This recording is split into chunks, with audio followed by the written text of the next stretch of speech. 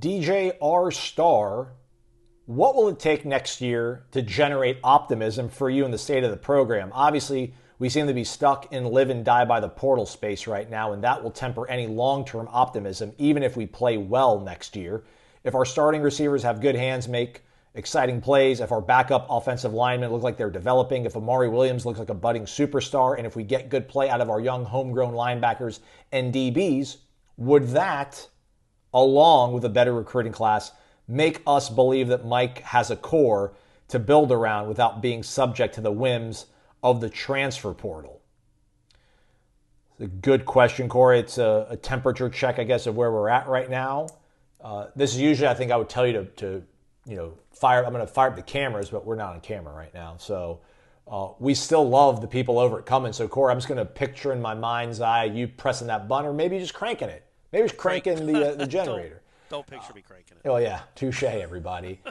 Picture your recreational lifestyle, your vacation with portable power, reliable portable power, reliable, quiet portable power. You get all that when you get the Cummins Onin portable generators. Also, the RV generator, killer. The Marine generator, killer. You can't lose.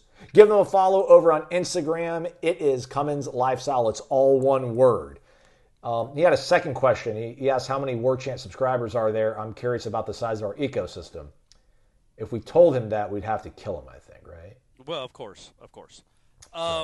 So all that, Corey, that's all you need, right? Like if the receivers, if LaWayne McCoy and Javen Boggs and BJ Gibson look awesome, if Jalen Todd gets some burn in a blowout win and looks solid, and Andre Otto's looking really good, and Amari Williams is doing a poor man's Travis Hunter impersonation, and these young linebackers and DBs go out there and ball out, and he gets a top 10 recruiting class, is that enough to make you feel optimistic about the long-term future under Mike Norvell? Is that a core? Sort of. I think the more simple answer is just more wins. If he wins 8 to 9 games, including a bowl or maybe an ACC championship game, if that counts as the win, if he goes 8-4, 9-4, 10-3, somewhere along there, then I just feel like 2024 looks more like the outlier, and then you have belief in him again that he can structure a roster.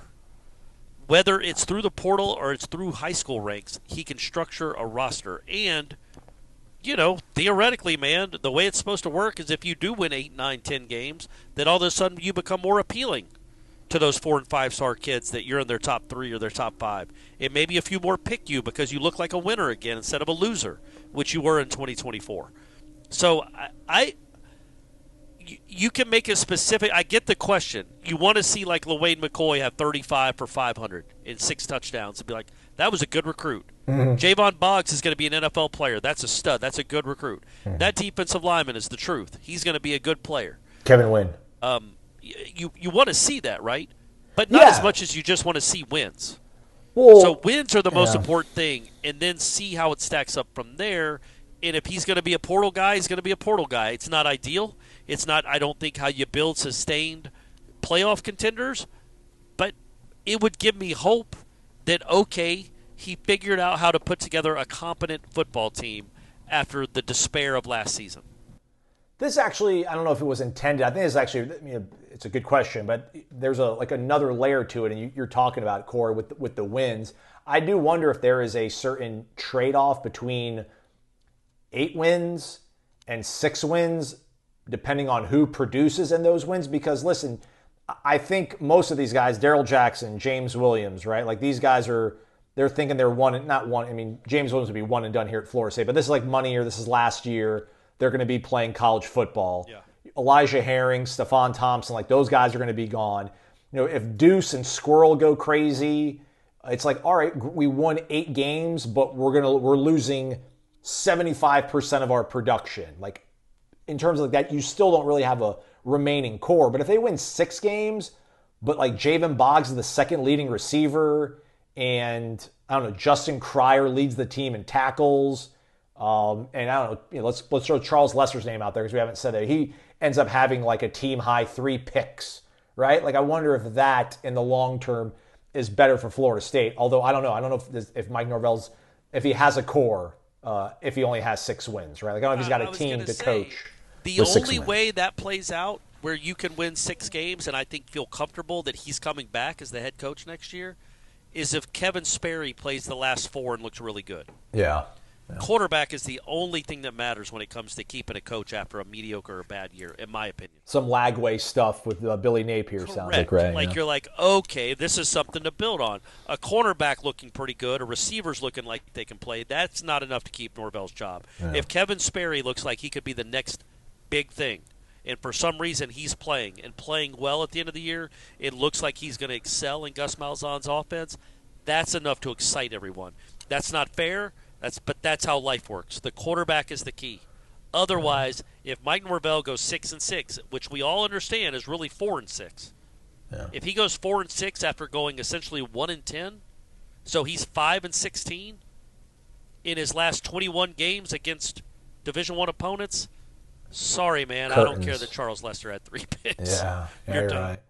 Well, here's the thing, and I get it, man. Like, for it to be sustainable, you need to be able to recruit high school well.